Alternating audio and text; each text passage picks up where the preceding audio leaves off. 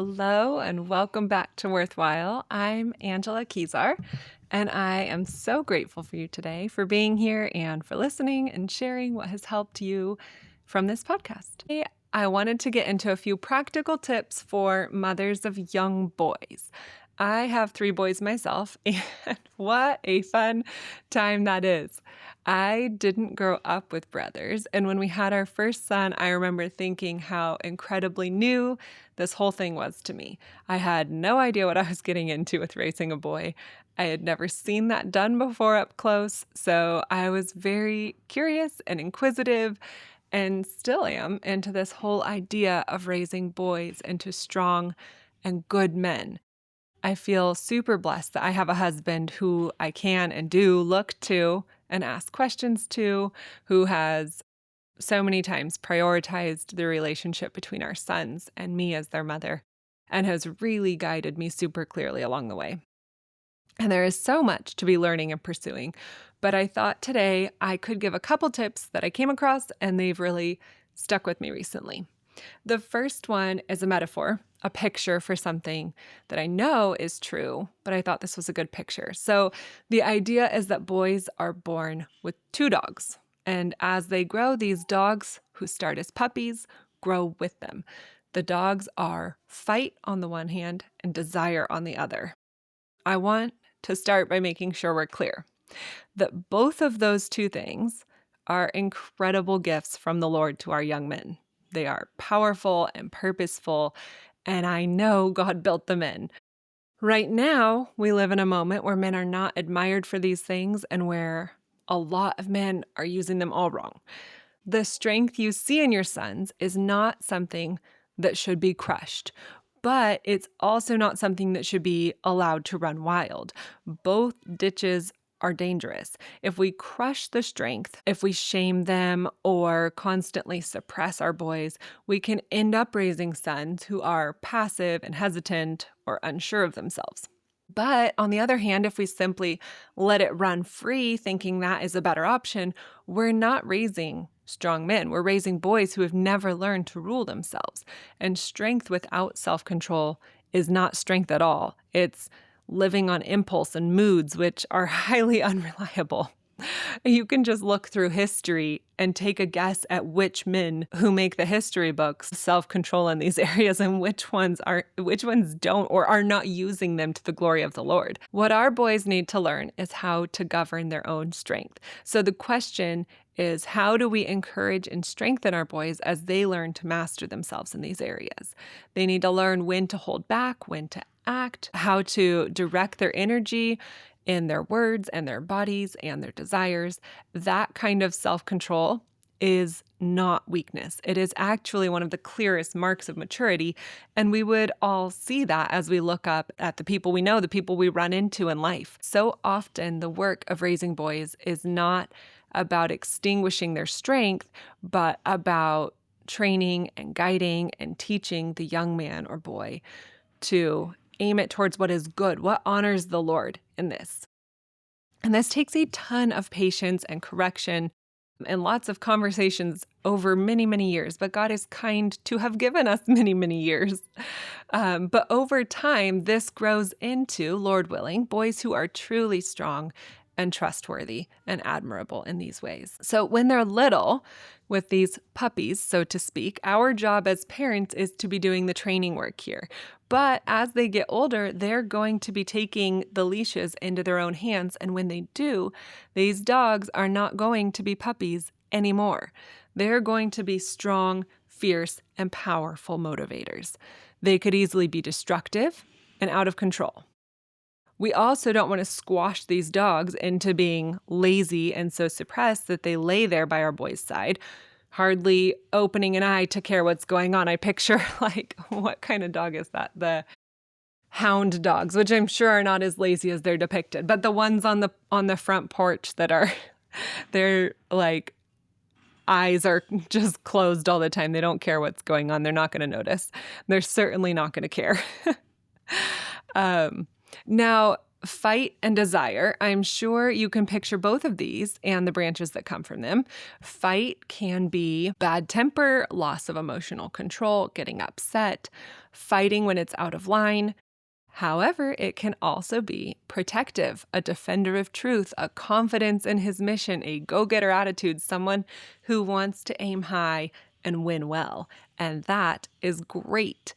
Desire, so our other dog, we're talking the dogs are fighting desire, so that can be fight, good or bad. Desire, I think we can all see clearly if we think about it for a few minutes, can be on the negative side, unchecked desire for all sorts of things: sex, fun, money, attention, praise, whatever whim comes to mind. But desire needs to not be running loose and unchecked. We don't want desire off the leash. However, we do want desire in our boys, and we want it strong. We want them to confidently pursue a wife and a marriage, to aim high in their achievements and careers, and even with their own children, to want to succeed and raise the bar, to win that football game. So these things, these dogs, if you will, are simply strong and powerful. They can be powerfully bad or powerfully good. So our job is to be training them while they're in our care. Self-control is the number one thing the Bible commands in young men. And it is for this exact reason. A boy or a man who has powerful fight and desire, reined in obediently to the Lord with self-control, is the picture of the man we're aiming for, right? This is us following after Christ and in raising our boys to be this way. So when your boys are little, see their fight and their desires as strength, but don't think it is strong left to grow loose. As the boys get bigger, they have to take those leashes. And what kind of dogs are we giving him? Is he going to be immediately knocked over and drug around by desire the moment we let go? Or are we slowly and carefully teaching him to have the self-control necessary to have strong desire and temper it, strong fight and temper it? So how do I encourage my son's natural strength or competitiveness and desire without accidentally raising a boy who is harsh and selfish? And I'll start by prefacing that this takes so much discernment and prayer, and those are not secondary things. Those should be the primary things. We should be praying to the Lord for discernment constantly when raising our children, but specifically about these areas. Truly, these are some of the most important things we can do. So ask the Lord to show you how to do this and pray about it. A huge portion of this also is going to come from dads. Lean in and trust your husband when he has an opinion about these things. Be the kind of wife who goes and asks your husband before he has to correct you on it. Like, how can I be building up our boys? Your husband's been a boy and he can give you really great feedback. I have a few small examples, but truly this is such a broad and expansive terrain. The guiding principles are the most important to get right. The details will depend so much on your particular boy and the situation and all of the varying factors. Okay, one example is roughhousing. We are a big fan of letting our boys wrestle. It's so good for them. Our boys learned really little how to tap out and how to respond when somebody else taps out. So they have a way out, but how to wrestle with brothers or cousins who are bigger or smaller. And they've learned through that to wrestle and fight hard without losing their temper. If they start to get emotional mid-fight, we have them calm down, take a breath, and settle themselves, and then jump right back in. It's not about that means that it's game over. It's just that you have to maintain control over yourself through it. And so we watch and remind them. And my husband is the primary person leading the wrestling matches.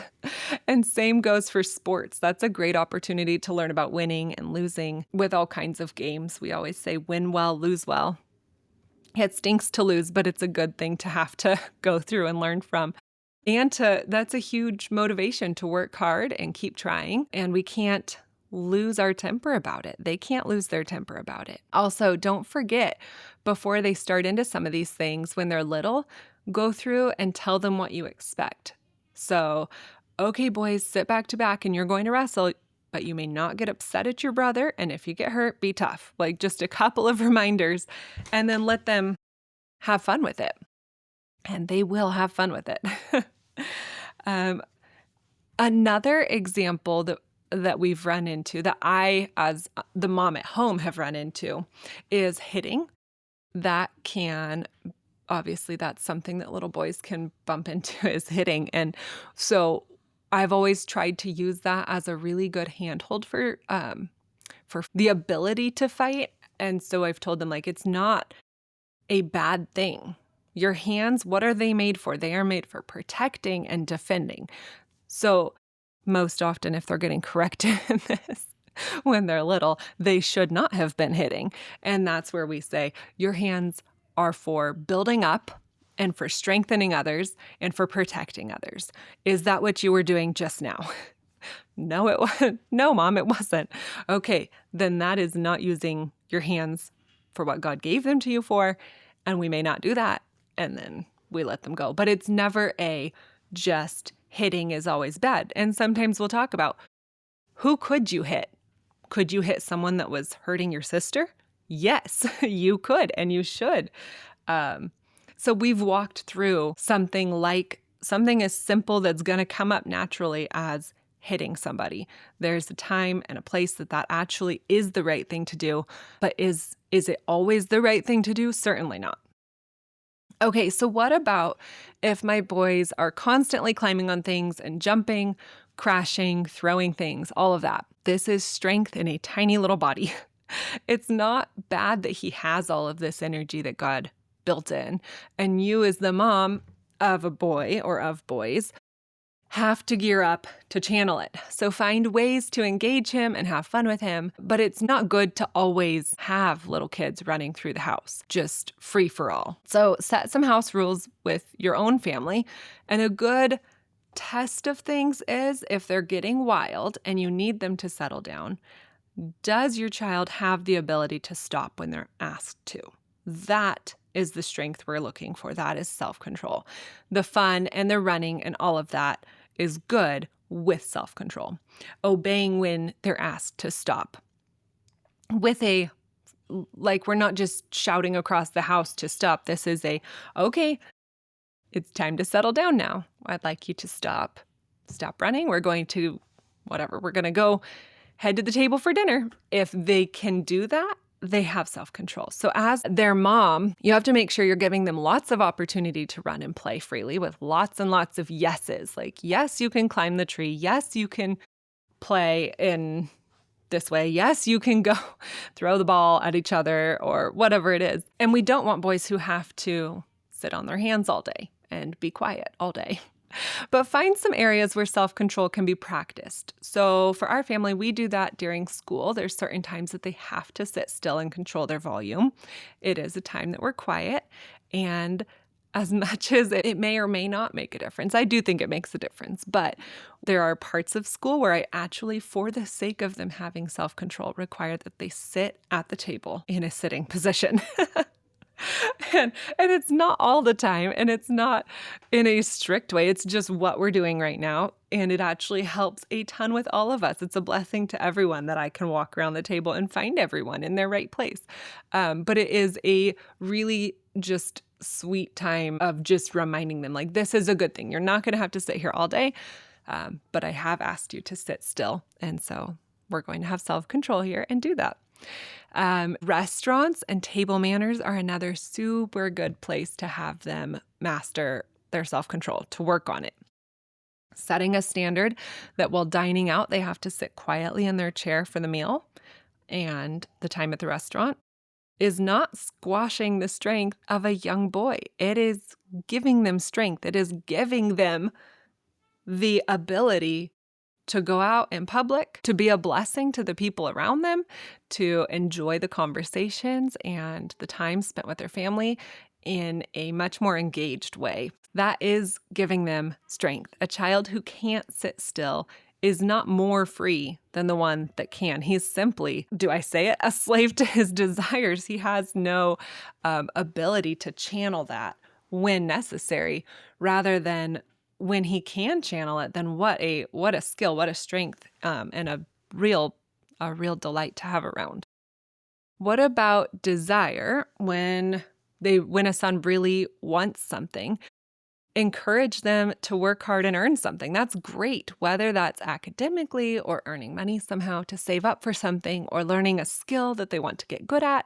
This is a great area to give respect to your sons. If they want to do something, as a mom, there may be a cost to you. It may mean spending your time working on something for them, or it may be taking them somewhere so that they can do their practices or um, just work to reach this goal. That's a good thing, and it's okay if it takes some of our time and our effort.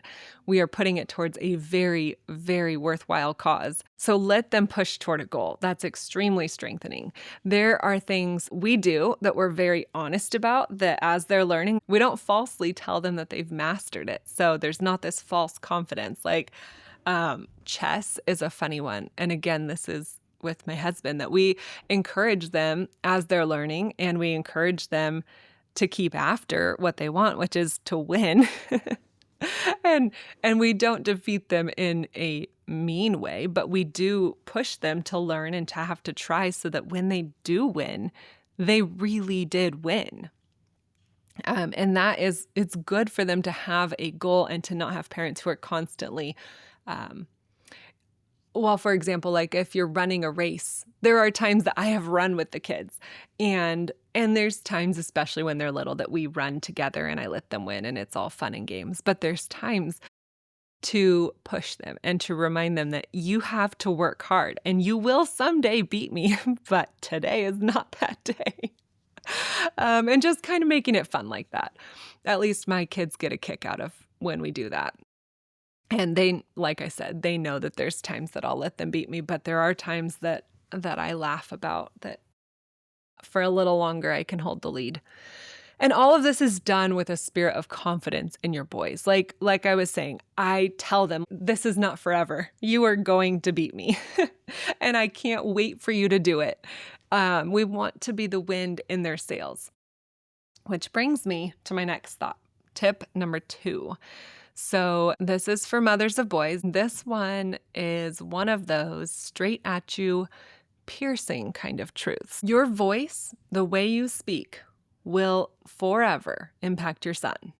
Is your voice, your tone, the words you use, the ones you want forever to be in his head? God gave us a huge opportunity because we are a voice he can learn love and affection, encouragement, respect, and correction from.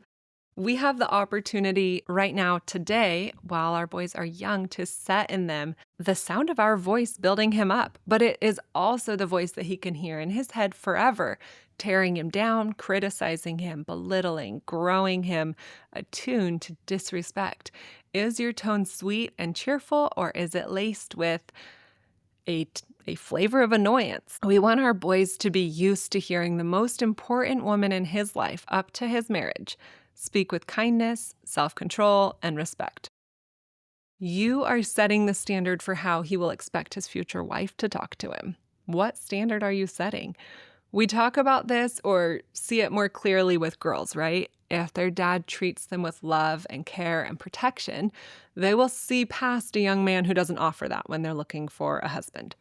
Dad is setting an example to his daughter of what her future husband ought to be like. But I've rarely heard or thought about that we as moms are the same thing to our sons, and especially in how we speak to them and about them. We should hold ourselves in this regard with honor and gratitude. What an honor to get to be this for your son. So fill him up with the sound of encouragement, thankfulness for what he does, admiration, find something. And this is not false praise. You're still his mom. Your duty still includes training, correcting, and disciplining, things that you will be the sole woman in his life whose duty it is to raise him. So don't think this is a fluffy kind of thing. The way I see it, I'm balancing mothering, which is coaching, teaching, reminding him of the standard, while remembering, would I use this tone toward my husband? The content of what I'm saying is going to be different. For example, I'm not reminding my husband of the house rules. But would I ever use this tone with anything else I have to say to my husband? That is a huge help for me when it comes to navigating how I speak to my boys. Okay, as we wrap this up, I just want to encourage you that raising boys is such a privilege. Raising children, boys and girls, is a privilege. But today I wanted to just give some specifics on boys because, like I said, it's something that I have 3 of them and it's a lot of work and it's wonderful work. And I want to encourage you women that are listening that you have a profound impact on the boys that are being raised into men right now. So look at your boys, see that they're growing up into men, and try to give them all you've got. Everything you have and can, lay it out there, give it to your sons. What an honor and what a privilege. And I'll leave you with my favorite reminder, which is the women in the Bible who are mentioned by name for the impact that they had on their sons. So think of Hannah and Jochebed. I hope I said that right. The mother of Moses. And Lois and Eunice, the grandmother and mother to Timothy.